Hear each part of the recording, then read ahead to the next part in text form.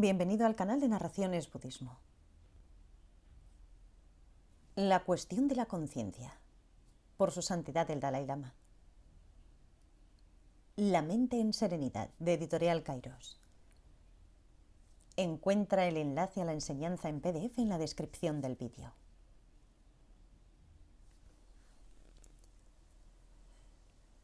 Sensaciones y percepciones. Cuando hablamos de felicidad y sufrimiento, nos referimos principalmente a las sensaciones del placer y del dolor. Junto a este tipo de sensaciones debemos considerar también factores que las causan. Así que miremos de cerca las sensaciones y percepciones. La mayor parte de las emociones surgen debido a cosas materiales. Hay algo que dispara una sensación, ya sea placentera, dolorosa o neutra. Decimos que esa cosa es responsable de la sensación, pero eso no significa necesariamente, solo porque ese factor en particular esté ahí, que surja una sensación. Otras condiciones deben coincidir también, y si falta una de ellas, la sensación no puede ocurrir. En cualquier caso, todo parece indicar que se necesita una base tangible para una sensación. Cuando hablamos de sensaciones y también de percepciones, estamos hablando de conciencia en el sentido de percatarse de los objetos. La palabra conciencia no se refiere aquí al Rigpa, que se diferencia de la mente ordinaria, que discutiremos más a fondo en lo sucesivo. Se trata simplemente de percatarse de los objetos. Es este tipo de conciencia el que experimenta las sensaciones. Entramos en contacto con un objeto, después tomamos conciencia de él y luego experimentamos sensaciones placenteras o dolorosas. Después, cuando somos conscientes de las cosas, nos hacemos ideas sobre ellas. Esto es tal o cual. Eso es lo que llamamos percepción. Hay sensaciones de diferentes tipos. Hay cierto tipo de sensación cotidiana, ni placentera ni dolorosa, que no está causada por nuestra manera de pensar. Supongamos, por ejemplo, que me doy un golpe en la mano con la mesa. Esto me va a causar dolor y voy a pensar, me he golpeado en la mano. El hecho de golpearme la mano y el dolor que esto implica hace que surjan varios pensamientos en mi mente. Entonces, esta es una categoría de sensaciones, aquellas provocadas por algún tipo de circunstancia externa. Luego encontramos otra categoría, que abarca aquellas sensaciones que no se deben a este tipo de contactos con objetos a través de los 5 sentidos, sino que están causadas por un cambio dentro de la consciencia misma como resultado de algún tipo de recuerdo del pasado o de algún cesamiento acerca del futuro. Este cambio que ocurre en el nivel de nuestra consciencia puede provocar, sin embargo, una sensación física. Si examinamos esto, significa que primero hay una idea, un pensamiento o un recuerdo, seguido después de algún tipo de cambio físico, como la activación de neuronas o alguna reacción electroquímica en el cerebro. ¿O acaso las ideas o recuerdos que son cambios en nuestra consciencia son siempre el resultado de algún cambio sutil en el nivel físico o neurológico? Creo que esto es una cuestión que realmente debería investigarse. Se dice que la consciencia surge basada en las facultades sensoriales.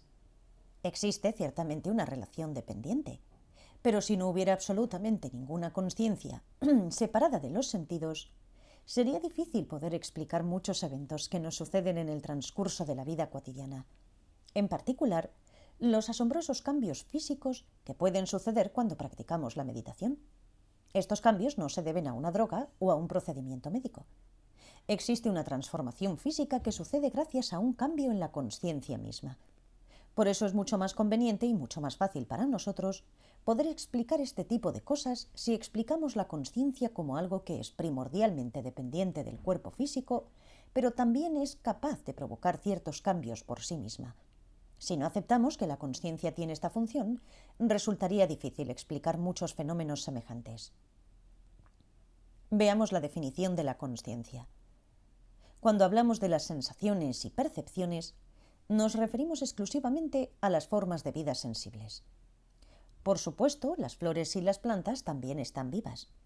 Su composición química es semejante a la de otras formas de vida y están sujetos a ciclos de vida, crecimiento, muerte y destrucción. Pero aunque sus células están vivas, las plantas no tienen sensaciones o percepciones.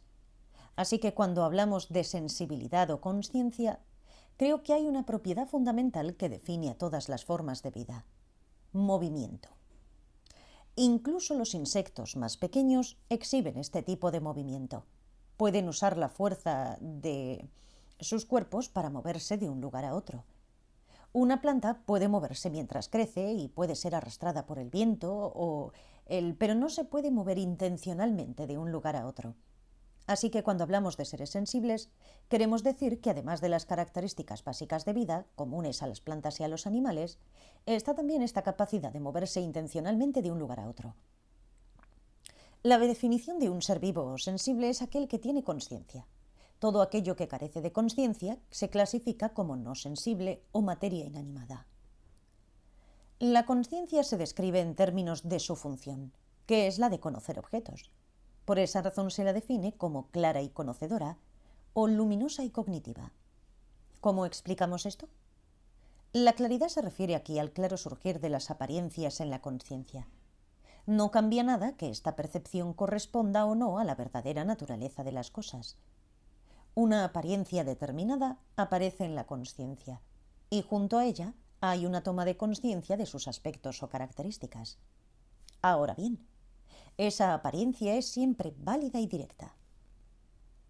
Eso es lo que significa clara, el hecho de que esa apariencia se refleja claramente. Una vez que esa apariencia se ha hecho clara, hay un conocer o percatarse, que aprende esa apariencia y a sus diversos aspectos.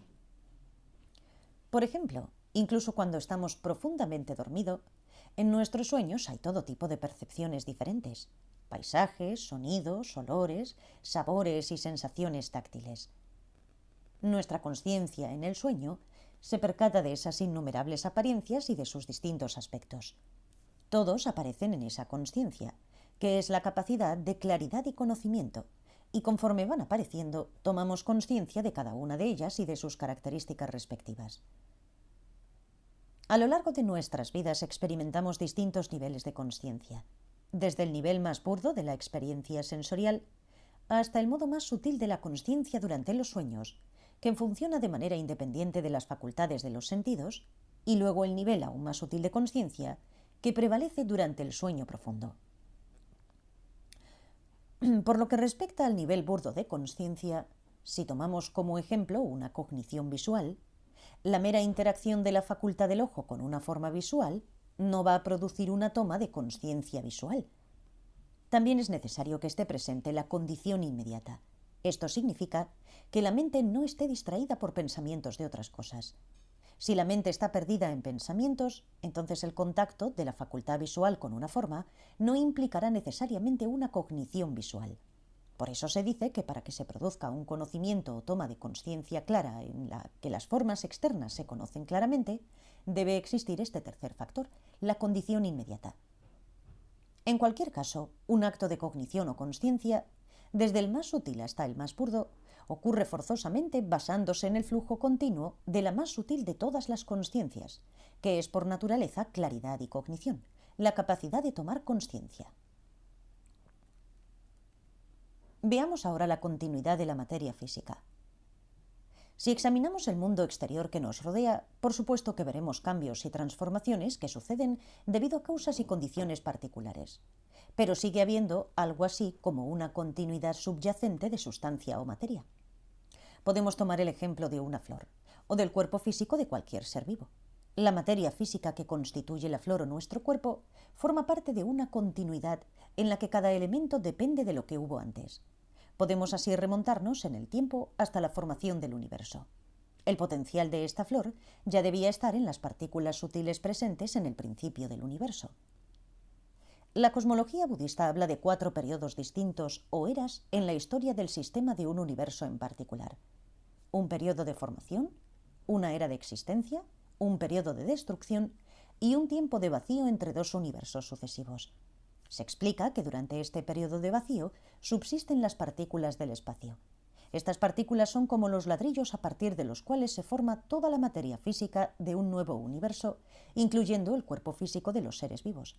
Todo lo que tenga sustancia física debe provenir de algo con características similares. En otros términos, debe anteceder algo que tenga también sustancia física. Ahora bien, si volvemos a la consciencia, que es inmaterial, No tiene forma física, color ni estructura, y no es sino la capacidad de experimentar. Esta también debe venir de algo semejante a ella misma. La conciencia cambia en la superficie, pero por debajo de esos cambios hay una continuidad, la capacidad fundamental para la claridad y el conocimiento que surge de un momento previo de la misma capacidad. Resigamos ahora con la continuidad de la materia. La podemos explicar usando un ejemplo muy simple, esta flor que tengo enfrente. La flor proviene de una semilla. Esa semilla proviene de otra flor que provino de su respectiva semilla y así sucesivamente. Casi podríamos hablar de las encarnaciones previas de esta flor.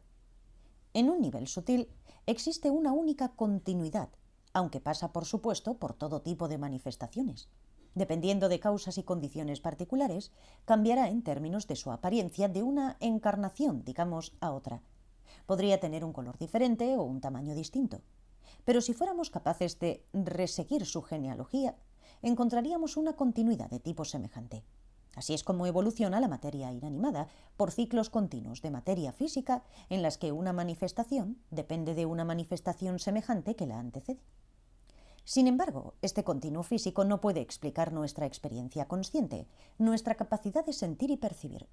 Como hemos visto, el cuerpo físico que tenemos ahora, soporte de la consciencia, se basa en causas anteriores de tipo similar y proviene de una continuidad de sustancia física presente desde el principio mismo del universo. Pero no podemos decir que nuestra consciencia provenga del mismo continuo de materia, incluso si depende de este cuerpo físico burdo. Como expliqué antes, todo parece indicar que esta consciencia proviene de un continuo sutil de consciencia. Veamos los grados de sutileza en la consciencia. Los diferentes grados de sutileza en la consciencia están determinados por la sutileza de aquello que la sostiene. Cuanto más sutil sea el soporte, más sutil será la consciencia que depende de éste. Por ejemplo, la consciencia de cuando estamos despiertos es relativamente burda, y su funcionamiento se basa en un tipo más burdo de viento energético o prana. Cuando nos desmayamos, los vientos energéticos se mueven solo muy ligeramente. Así que pienso que es posible explicar esas variaciones de la consciencia en función de las diferencias de sus respectivos soportes. En cualquier caso, el nivel de consciencia de mayor sutileza depende aún en cierto grado del cuerpo físico, pero en términos de su esencia verdadera es distinto e independiente. Esta afirmación se basa en la experiencia de algunos meditadores. Por supuesto, no pienso que todo lo que oímos al respecto es necesariamente cierto. Puede haber explicaciones falsas o exageradas, pero algunas personas afirman haber experimentado lo que ellos describen como un cuerpo de sueño separado de su cuerpo físico ordinario. Yo mismo conozco a una persona cuya madre vivió este tipo de experiencia y durante varios días tuvo una experiencia fuera del cuerpo que más tarde describió claramente. Esto sucede de verdad. Hay personas que viajan fuera de sus cuerpos y son capaces de describir cosas que ocurrieron muy lejos de donde estaba su cuerpo físico ordinario. Esto indica que la mente se apoya en buena parte en el cuerpo, pero no exclusivamente. Hay cierto nivel en que tiene la capacidad de funcionar de manera independiente. Cuando llegamos al nivel más sutil de consciencia, en ese nivel, la mente parece ser independiente del burdo cuerpo físico. La continuidad de la consciencia. Para resumir, en el caso de la materia inanimada, existe una continuidad de tipos semejantes. Pero en lo que respecta a los seres sensibles, hay una continuidad de sustancia física que puede explicar el cuerpo físico. No obstante, la conciencia que se identifica con el cuerpo físico tiene que explicarse por separado. Si no fuera así, tendríamos las mismas experiencias conscientes que nuestros padres. Nuestros cuerpos físicos se desarrollaron a partir del óvulo y el esperma de nuestra madre y padre, o en otras palabras, a partir de sus cuerpos físicos. Si nuestra conciencia también hubiese surgido de la misma sustancia física, sería la misma que la de nuestros padres. Tendríamos la misma experiencia que ellos. Sin embargo, no es así. Entonces, en el caso del cuerpo físico, podemos decir que es semejante a la materia inanimada, en la medida en que aparece basándose en un continuo de sustancia física a lo largo del tiempo. Pero hay que decir que la consciencia que se apoya en este cuerpo físico es algo diferente. Si tratamos de determinar el origen preciso de la continuidad de la materia, la cuestión se vuelve extremadamente complicada. De la misma manera, es muy difícil situar un origen preciso de la consciencia que se define como claridad y conocimiento, la capacidad básica de experimentar. Determinar un origen tanto para la materia física como para la consciencia equivaldría a atribuir su origen a algo que tendría una naturaleza diferente, o a suponer que su producción original no tiene causa. Ambas posibilidades son insatisfactorias y no se sostienen si las sometemos a una investigación lógica. Cuando atribuimos la designación de ser sensible, lo hacemos basándonos primordialmente en la consciencia. Los términos ser humano o animal se usan para establecer una distinción basada principalmente en el tipo de forma física. Pero cuando hablamos de un ser vivo o de una persona, estamos hablando de una entidad que puede experimentar el placer y el dolor. Nuestra noción de yo o de un yo personal se refiere principalmente a nuestro flujo de consciencia. Si solo el cuerpo físico fuera la base de este sentido de ser, también podríamos considerar los objetos inanimados como seres vivientes. De modo que es la capacidad de sentir y percibir las cosas lo que distingue a los seres sensibles de la materia inanimada. Esto marca la diferencia. En el caso de un ser vivo, ese yo o sentido de sí mismo se identifica con el flujo de consciencia, y puesto que no podemos determinar un principio para este último, tampoco podemos hablar de un principio del ser o del individuo. Dado que no hay nada que pueda obstruir el flujo de consciencia, entonces tampoco tiene un final. De hecho, el flujo de consciencia no tiene principio ni fin. Entonces, el individuo o el yo que se identifica con este flujo de consciencia tampoco tiene principio ni final. Sin embargo, vemos que en este continuo hay espacio para un proceso de transformación. El principio es que hay una continuidad, pero siempre está cambiando. Pensemos, por ejemplo, en el cuerpo que poseemos en esta vida. Se admite que hay una continuidad, puesto que se trata más o menos del mismo cuerpo a lo largo de los años. Sin embargo, ocurre una transformación.